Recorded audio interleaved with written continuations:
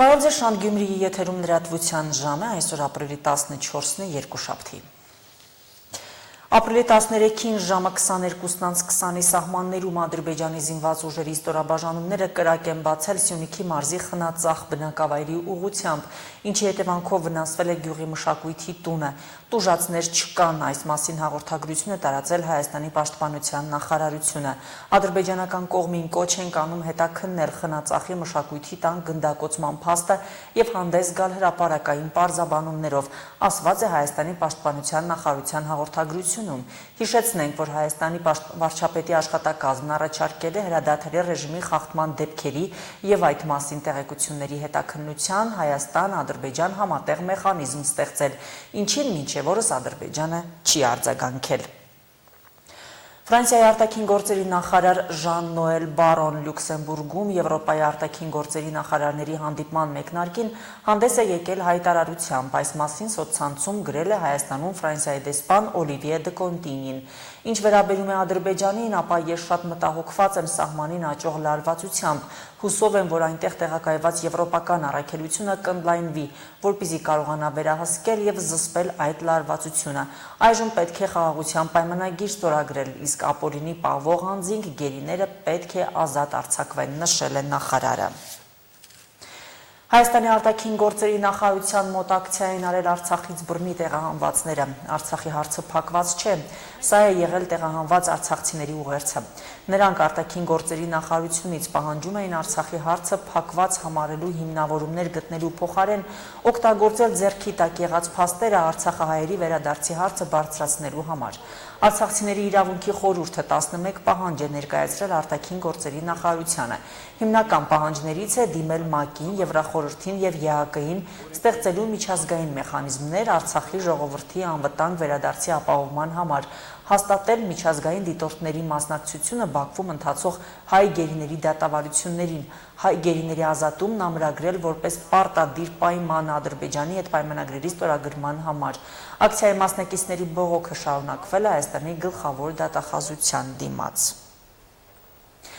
Անտարիայի դիվանագիտական ֆորումի շրջանակներում Հայաստանի արտաքին գործերի նախարար Արարատ Միրզոյանը հանդիպում է ունեցել Թուրքիայի արտաքին գործերի նախարար Հական Ֆիդանի հետ։ Նախարարները քննարկել են Հայաստան-Թուրքիա երկկողմորակարգի ընթացիկ հարցերը։ Զրուցակիցները մտքեր են փոխանակել տարածաշրջանային եւ միջազգային զարգացումների շուրջ։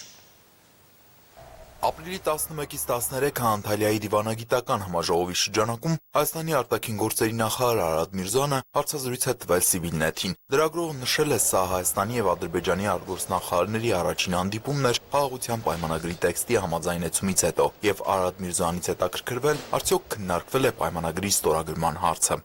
Իսկապես սա առաջին հանդիպումն էր մեր հայտարարությունից հետո, որ խաղաղության պայմանագրի տեքստը համաձայնեցված է։ Հասկանալիորեն մենք քննարկել ենք այդ հարցը։ Մեծ հաշվով երկու երկրների դիրքորոշումները հանրային են, այստեղ գաղտնիք եւ նորություն չկա։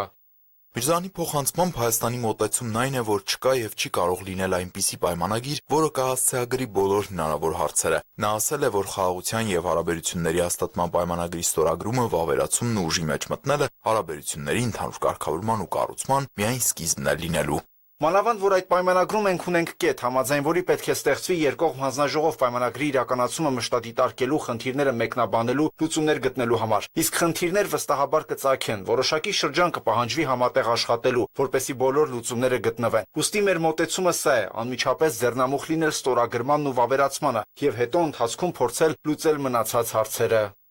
Միրզոյանը խոսել է Ադրբեջանի երկու նախապայմաններից, այն է ԵԱՀԿ Մինսկի խմբի լուծարում եւ Հայաստանի սահմանադրության փոփոխություն։ Միրզոյանի փոխանցմամբ Մինսկի խմբի լուծարման հետ կապված Հայաստանը կարծում է, որ այն պահին, երբ հակամարտությունը դադարի գոյություն ունենալ նաեւ փաստաթղթով, իսկ դա կարող է լինել պայմանագրի ստորագրմամբ, ապա այդ պահից սկսած կոնֆլիկտի համար ստեղծված Մինսկի խումբն այլևս կարիք չի ունենա շարունակել իր գոյությունը։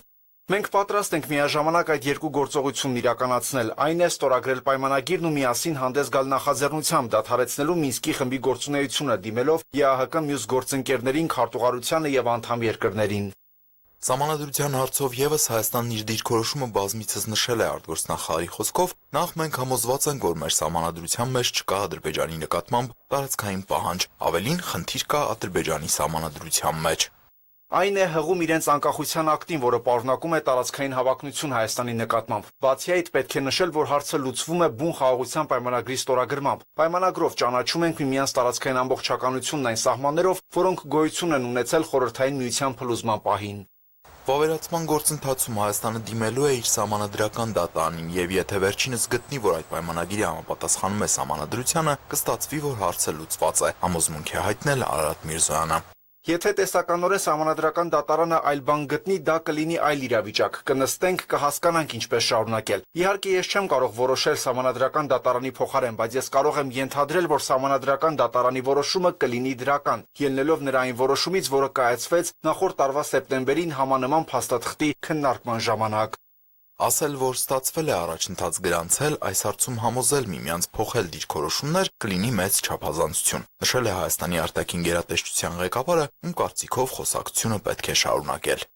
Բանակցությունները պետք է շարունակվեն այնքան, մինչև դրական լուծումներ գտնվեն։ Բանակցությունների դադարումը չի կարող որևէ դրական ազդեցություն ունենալ ընդհանուր կարգավորման գործընթացի, ել չասած Հարավային Կովկասում խաղաղության հաստատման վրա։ Հարցին արդյոք կա քիչ թե շատ հստակ պատկերացում, թե երբ կարող է ստորագրվել Հայաստան-Ադրբեջան խաղաղության եւ հարաբերությունների հաստատման պայմանագիրը։ Միրզոյանը պատասխանել է, որ Հայաստանը պատրաստ է դա անել ամենամոտ ապագայում, մինչդեռ այդպիսի պատրաստակամություն Ադրբեջանից չի հնչում։ Արվելու է ամեն բան, որ գործընթացը փակուղի չգնա, փակուղի մենք չենք ուզում եւ այս ամբողջ գործընթացում մեր ցուցաբերած կառուցողական մոտեցումը հենց դրա մասին է վկայում։ Դա կիրառելի է թե խաղաղության պայմանագրի համատեքստում, թե մնացած հարցերում։ Տեղյակ եք, որ մենք տարբեր առաջարկներ ենք արել ադրբեջանական կողմին, նաեւ ենթակառուցվածքների ապաշրջափակման վերաբերյալ։ Այդ հարցում եւս փորձել ենք որոշակիորեն հասցեագրել իրենց մտահոգությունները։ Մեր համոզմամբ հիմա մենք հարել ենք մի առաջարկ, որը լիովին համապատասխանում է եւ մեր պատկերացումներին եւ փարատում է իրենց մտահոգությունները։ Արարատ Միրզոյանն ասել է, որ նույնը կարող ենք ասել սպառազինությունների վերաբերյալ, մասնավորապես Հայաստանն առաջարկել է սպառազինությունների վերահսկման եւ վերիֆիկացիայի համատեղ մեխանիզմ, առաջարկել նաեւ ստեղծել սահմանային միջադեպերի հետաքննության համատեղ մեխանիզմ, եւ Հայաստանը պետք է շարունակի իր կառուցողական ներգրավվածությունը։ Լրագրողը հետաքրքրվել է նաեւ Թուրքիայի արտգործնախարար Հական Ֆիդանի հետ ունեցած հանդիպումից։ Արդյոք պետք է ակնկալել հայ-թուրքական գործընթացում տեղաշարժ։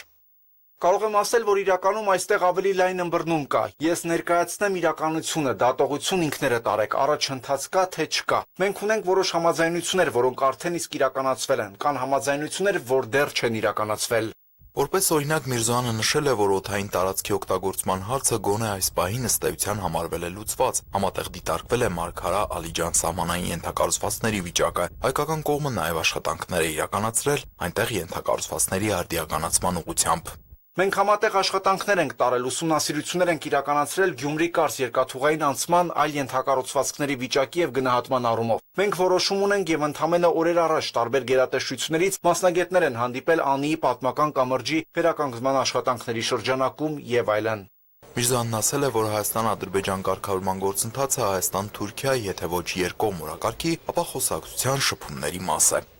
Կարծում ենք, որ առաջընթացը Հայաստան-Թուրքիա ուղղությամբ իր դրական ազդեցությունը կունենա Հայաստան-Ադրբեջան կարգավորման վրա։ Ինչևէ, խնդիրը կա, ընկալումների որոշակի տարբերություն կա, բայց տեսնում ենք պատրաստակամություն օգտակար, բարենպաստ ազդեցություն ունենալու։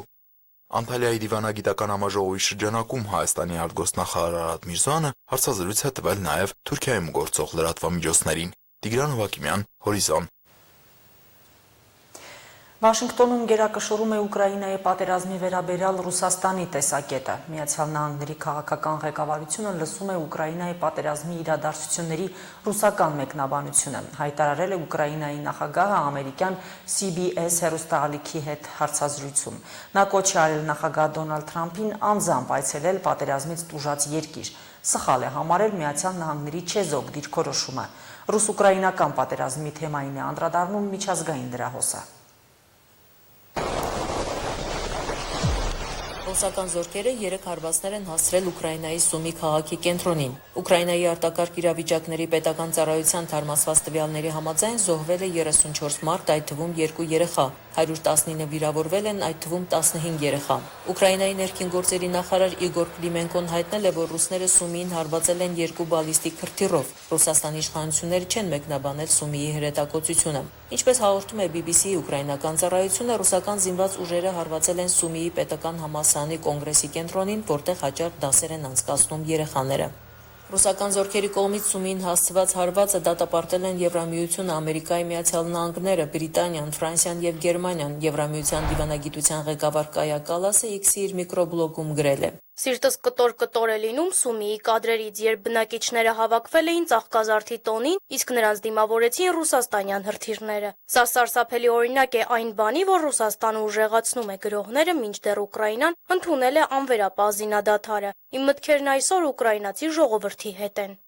Եվրոպական խորհրդի նախագահ Անտոնիո Կոշտան արձագանքել է X-ի իր էջում. Վրդովված ենք Սումի քաղաքի կենտրոնի վրա Ռուսաստանի կողմից իրականացված հանցավոր հրթիռային հարձակումից։ Ռուսաստանը շարունակում է բռնության իր արշավը եւս մեկ անգամ ցույց տալով, որ այս պատերազմը գոյություն ունի եւ շարունակվում է միայն այն պատճառով, որ այդպես է որոշել Ռուսաստանը։ Իմ սիրտը զոհերի, նրանց ընտանիքների եւ բոլոր նրանց հետ է, որոնք տուժել են ագրեսիայի հերթական դաժան գործողությունից։ Ռուսաստանի հրթիռային հարվածը Սումի քաղաքին ընդգծում է Ռուսաստանին հրատապ հրադադար պարտադրելու անհրաժեշտությունը, գրել է Ֆրանսիայի նախագահ Էմանուել Մակրոնը։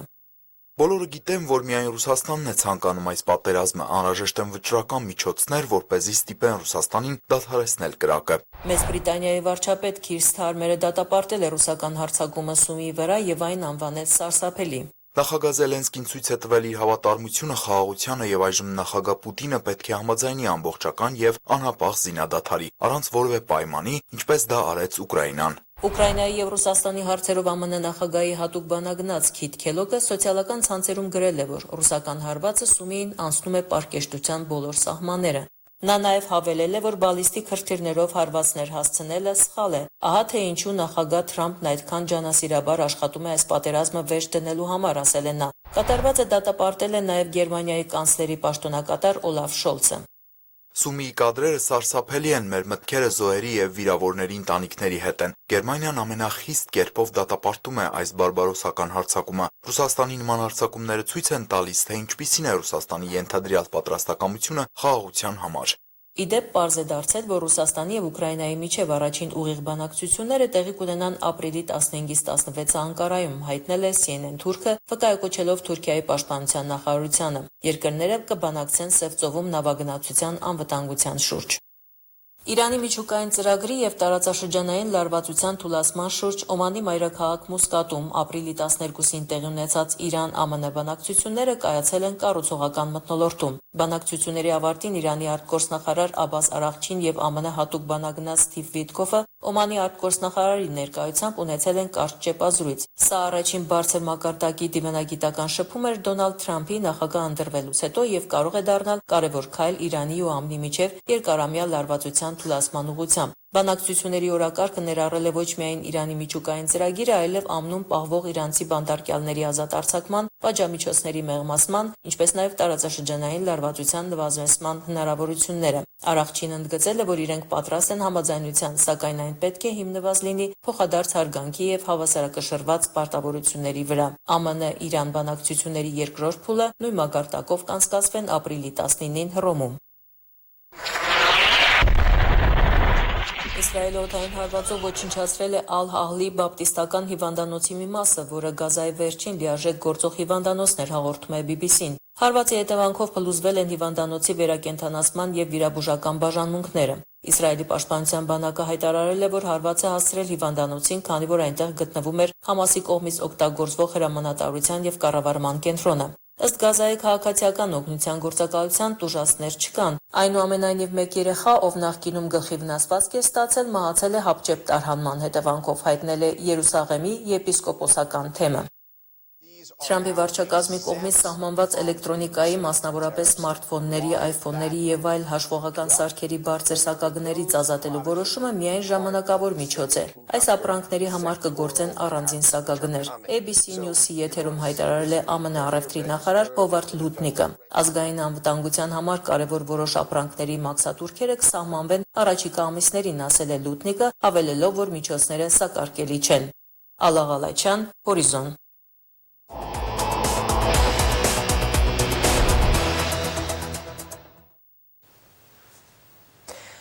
Թիվ 31 ընտրատարածքային ընտրական հանձնաժողովը այսօր արտահերթ նիստ է գումարել եւ Գյումրիի նորընտիր ավականու 33 անդամներին հանձնել է մանդատները։ Հիշեցնենք, մարտի 30-ին կայացած արտահերթ ընտրությունների արդյունքներով անցողիկ շեմը հաղթահարել են 5 քաղաքական ուժեր։ Մանդատները հանձնելուց առաջ հանձնաժողովը քննարկել է ընտրական ցուցակում ընդգրկված ինքնաբացարկ ներկայացրած ավականու անդամի թեկնածուների դիմումները։ Մոտ 10 օր առաջ թիվ 31 ընտրատարածքային ընտրական հանձնաժողովին ինքնաբացարկի դիմում ներկայացրել էր Իմ հզոր համայն կուսակցության ավականու թեկնածու Գեղագիտության ազգային կենտրոնի Գյումրիի մասնաճյուղի հիմնադիր տնօրեն Սուսաննա Մկրտչյանը։ Հանձնաժողովն այսօրվա նիստով միաձայն որոշեց ուժը կորցրած ճանաչել վերջինիս գրանցումը։ Թիվ 31 ընտրատարածքային ընտրական հանձնաժողովը որոշում է ուժը կորցրած ճանաչել Իմ հզոր համայն կուսակցության ընտրական ցուցակում ընդգրկված ավականու անդամի թեկնածու Սուսաննա Հարությունի Մկրտչյանի գրանցումը, ով է կողմ, դեմ, միաձայն։ Սույն որոշումը ուժի մեջ է մտնում նիստում հրապարակելու պահից։ Հանձնաժողովը հրապարակման պահից ուժը կորցրած ճանաչեց նաև մեր քաղաքը դաշինքի ցուցակը գլխավորած քաղաքապետի թեկնածու ազգային ժողովի падգամավոր Մարտուն Գրիգորյանի գրանցումը։ Նախորդին է նա ավականու մանդատից հրաժարվելու դիմում ներկայացրել։ Ընտրական օրենսգրքի պահանջներով հանձնաժողովը ինքնաբացարկ ներկայացրածների փոխարեն ավականու անդամներ է գրանցում քաղաքական ուժերի ընտրական ցուցակների հերթական համարներին, պահպանելով գենդերային հավասարությունը։ Այս պարագայում 3 կուսակցությունում այդպիսի եղավ, ուրեմն 14 մանդատից քաղաքացիական պայմանագիր կուսակցության 14-րդ մանդատը տրամադրեց ոչ թե 14-րդ համարին, այլ 15-րդ կին թեկնածուին, որ 30%-ը ապահովված լինի, նույնը կատարվեց կոմունիստական կուսակցության հետ, 8-րդ համարի փոխարեն մանդատ ստացավ կին թեկնածուն 9-րդ համարը եւ Մայր Հայաստան դաշինքի քանի որ երկու մանդատ ունեին, իրենց 3-րդ համարը նույնպես ստացավ մանդատ, այսինքն այնտեղ իրանց մոտ եղավ 50-50, այսինքն երկու հոգուց մեկը տղամարդ, մեկը կին։ Ինքնաբացարկների հարցի քննարկումից հետո հանձնաժողովն անցավ մանդատների հանձնմանը։ Ընտրությունների արդյունքներով նորընտիր ավականիում ներկայացված 5 քաղաքական ուժերի միջև մանդատները բաշխվել են այսպես։ Քաղաքացիական պայմանագիրը ստանում է 14 մանդատ, կոմունիստական կուսակցությունը 8, մեր քաղաքը դաշինքը 6 մանդատ, Իմ հզոր համայն կուսակցությունը 3 եւ Մայր Հայաստան դաշինքը 2 մանդատ։ Անցողիկ շեմը հաղթահարած ուժերից ոչ բոլորն էին ներկա մանդատների հանձնմանը։ Հանձնաժողովը դրանք տրամադրեց լիազոր ներկայացուցիչներին։ Շնորհավորում եմ բոլորին, մաղթում եմ հանձնաժողովի կողմից բեղմնավոր աշխատանք իշա Գյումրի քաղաքի։ Քաղաքական ուժերի ավականու անդամներն իրենց մանդատների վկայագրերը հնարավորություն ունեն ստանալու նաև մինչև ավականու առաջին նիստը։ Նորընտիր ավականին առաջին նիստը կգումարի ապրիլի 16-ին, որտեղ էլ 33 անդամները պետք է ընտրեն քաղաքապետ։ Այս ընթացքում էլ ընտրատարածքային ընտրական հանձնաժողովը կարող է ընդունել ինքնաբացարկի դիմումներ, բայց առաջին նիստից հետո մանդատից հրաժարվելու դիմումներ ընտրատարածքային ընտրական հանձնաժողովը չի կարող։ Առաջին նիստից հետո, եթե ընտրվում է քաղաքապետ, արդեն մանդատից հրաժարվելու դիմումը ներկայացվում է համայնքի ղեկավարին, համայնքի ղեկավարը կազմում է արձանագրություն, ուղարկում է մեզ, մենք այդ արձանագրության հիման վրա հերթական հաջորդ ամառին տրամադրում ենք մանդատ, ինչպես որ 21 թվականից հետո բազմաթիվ այդպիսի դեպքեր են եղել։ Օրենսդրությամբ սահմանված կարգով նորընտիր ավականու առաջին նիստը վարում է տեղական օրենսդիրի տարիքով ավակը։ Ըստ այդմ նախագահ Տիգրան Ղազարյանը հայտնեց, որ Գյումրիի ավականու 9-րդ գումարման առաջին նիստը վարելու է Կոմկուսի ցուցակը գլխավորող քաղաքապետի թեկնածու Վարդան Ղուկասյանը։ Առաջին նիստի օրակարգում մեկ հարց է լինելու քաղաքապետի ընտրություն։ Նիստը շարունակական է, այսինքն մինչև քաղաքապետ չի ընտրվում։ Առաջինը 17 մանդատ պետք է հավաքի, հետո արդեն պարզ մեծամասնություն է, բայց ոչ պակաս, քան 40%-ը մանդատների ընդհանուր թվի։ Ավականու նորընտիր ուժերից 3-ն ավելի վաղ հայտարարել էին ամենաշատ ձայներ հավաքած ընդդիմադիր ուժի Հայաստանի կոմունիստական կուսակցության թեկնածու Վարդան Ղուկասյանին ձայներ տալու մասին։ Ամենաշատ մանդատներ ունեցող քաղաքացիական պայմանագիր կուսակցությունը քաղաքապետի թեկնածու առաջադրելու մասին սպասվում է, որ հանդես կգա պաշտոնական հայտարարությամբ։ Մարինե Տերբինյան, Արտյոմ Խաչատրյան, Հորիզոն։ Տարածքային կառավարման, տեղական ինքնակառավարման, գյուղատնտեսության եւ շրջակա միջավայրի պահպանության հարցերի մշտական հանձնաժողովի այսօրվա նիստում երկրորդ ընթերցմամբ քննարկվել է հարկային օրենսգրքում փոփոխությունների նախագիծը, որով առաջարկվում է վերանայել կենդանական աշխարհի բնօգտագործման վճարները։ Նախագիծը ներկայացրել է շրջակա միջավայրի նախարար Հակոբ Սիմիդյանը։ Փաթեթում երկու կարևոր փոփոխություն կա, մենք կենդանական աշխարհի բնօգտագործման վճարների վերանայում ենք անում, բոլոր կենդանատեսակների դեպքում ուրեմն բնօգտագործման վճարը կրկնապատկում ենք, իսկ սիկ ձկնատեսակի դեպքում եռապատկում ենք եւ նաեւ վճարման կարգի մեջ ենք փոփոխություններ իրականացնում, որ վճարումը կատարվի ըստ պայմանագրի, այլ ոչ թե ըստ օգտագործման չափաքանակի, այսինքն քվոտաները վերցնելուց, ինչքան քվոտայով վերցրես, միանգամից այդ վճարը պետք է կատարի հենց ըստ քվոտայի։ Այսինքն կապ չունի ինքը այդքան կբռնի, չի բռնի, այսինքն քվոտա վերցրեց, արդեն վճարում։ Այո, օրինակ հիմա այսպես ասած գարնանային բորսաշրջանի համար սիգի սահմանել ենք 196 տոննա չափաքանակ, եթե որևէ իրավաբանական անձ X չափի չափաքանակ ուրեմն ակնկալում է ստանում է պայմանագիրը կնքում է, ըստ պայմանագրի արդեն չափով վճարումը իրականացնում է, քանի որ նախկինում ունեցել ենք դեպքեր, երբ քվոտան ըստ էության զբաղացվել է, որսը չի իրականացվել եւ վճարնել իհարկե քիչ է կատարվել։ Կոնկրետ կան հաշվարկներ եռապատկելու դեպքում շուկայում 1 կիլոգրամ սիգի արժեքը ինչքան է թանկանալու եւ արդյոք մեր բնակչությունը կարողանում է վճարունակ լինի, որտեղ գաղտնիք չեն բացահայտել, ասեմ, որ այդ սիգ ձկնատեսակից օգտվողները միջին եւ ցածր խավի ֆինանսապես ժողովուրդներ մեր բնակչությունն է 1 կիլոգրամ հիմի գործող սակագնի վրա ինչքան կավելանա, կա հաշվարկ կոնկրետ 1 կիլոգրամ սիգ ձկնատեսակի մասով։ Պարոն Ղազարյան, այս հարցը մի քանի անգամ քննարկեցինք, տեղում էր հաշվարկ արեցինք, եթե հաշվենք, որ 3 սիգը 1 կիլո է, միջինացված եմ ասում, եթե մի ձուկն էլ 300-400 գրամանոց վաճառվում է 200-250 դրամ, այսինքն եթե միջինացված 1 կիլոն ունենում ենք 800 դրամի շրջանակում, ուրեմն դրա վրա կավելանա 150 դրամ, այսինքն ծանրաբեռնվածությունը մեծ չի լինելու, ես կարող եմ ասել, որ մենք հիմա ուղղակի որևէ բեռ չենք ավելացնում, հակառակը բավականին ցածր է վճարները, բնօգտագործման վճարները, կենդանական աշխարհի օգտագործման, մենք ընդհանրապես փորձում ենք անգամ հետևից հասնել, որովհետև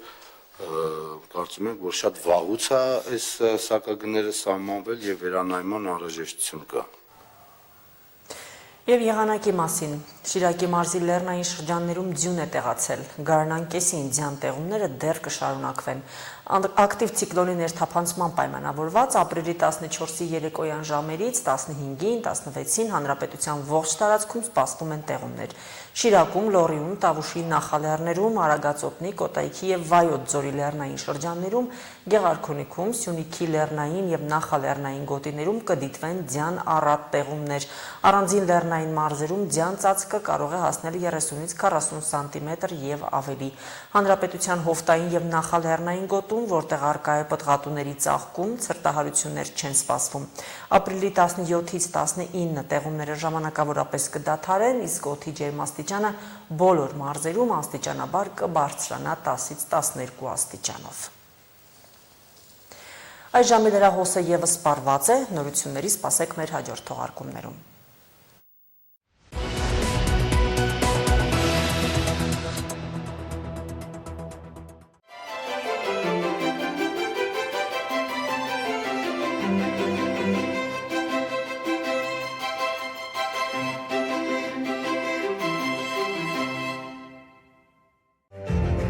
Եթե ուզում եք ունենալ ձեր սեփական բնակարանը Գյումրիի կենտրոնին մոտ, դիմեք Solid House Գյումրի։ Բազմաֆունկցիոնալ գեղեցիկ շենքն արդեն ամբողջովին պատրաստ է եւ ունի ավարտական ակտ։ Ուշադրություն, գործում են հատուկ շահավետ պայմաններ զինծառայողների համար։ Բացի այդ, Գյումրիում դեռևս կիրառվում է եկամտահարկի վերադարձի օրենքը, ինչը գնում է դարձնում է կրկնակի շահավետ։ Ուշադրություն, հիփոթեքի եւ եկամտահարկի վերադարձի դեպքում գործում է 0% կանխավճար։ Եվ